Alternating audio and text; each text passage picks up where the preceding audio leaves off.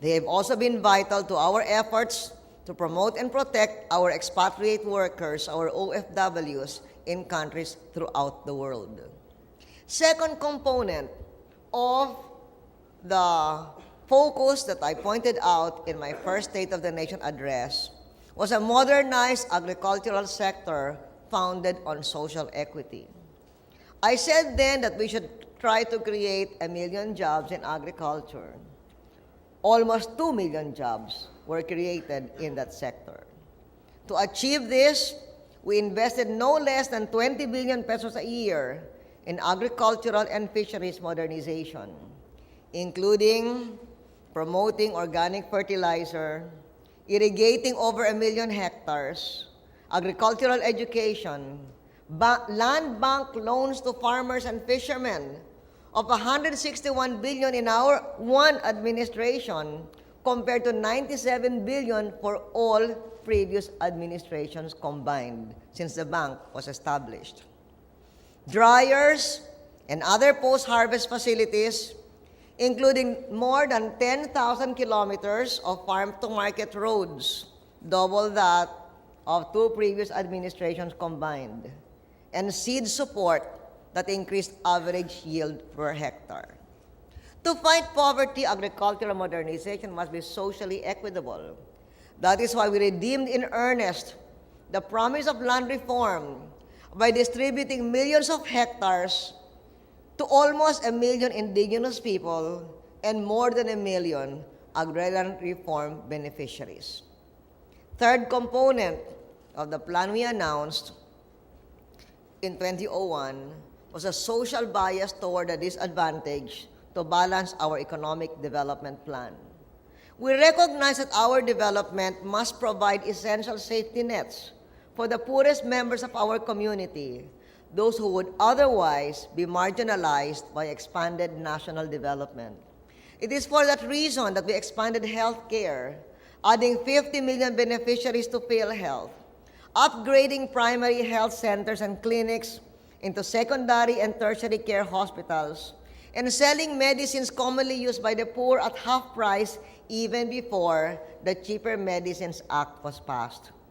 We built more schools, brought water to remote towns, electricity to remote barangays, and provided conditional cash allowances to the poorest 1 million families in the country.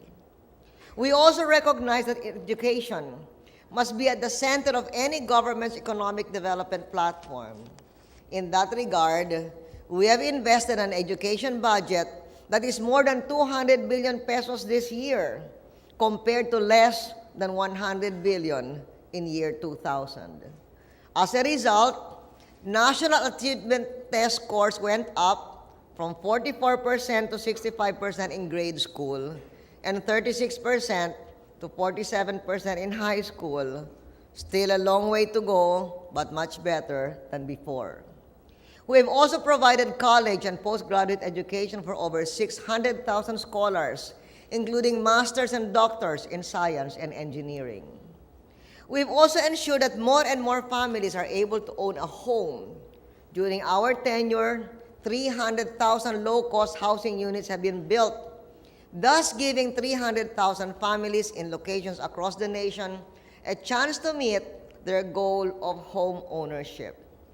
Part of these 300,000 families are 90,000 families that we relocated from the RILES. 90,000 families. And did you hear of any big controversy? It was done with the best of social preparation. We also recognize that if development was going to be equitable and sustainable, it must not be restricted to the Metro Manila region. We must ensure that all regions in every corner of our nation realize the benefits of economic development. The record shows that our investments in farm-to-market roads and other infrastructure, rural electrification, education, and health services have made a difference in lifting up the competitiveness and quality of life of millions of our people throughout the Philippines. Fourth agenda item, effective governance. The fight against corruption has been ongoing for years. It must continue. But we have achieved significant success. It has resulted in higher levels of tax revenue for the Bureau of Internal Revenue, as well as enhancements in governance in many government departments. And I would like to congratulate Secretary Teves and the BIR because for the month of February, for the third straight month, the BIR has come back to meeting or even surpassing its targets. Congratulations.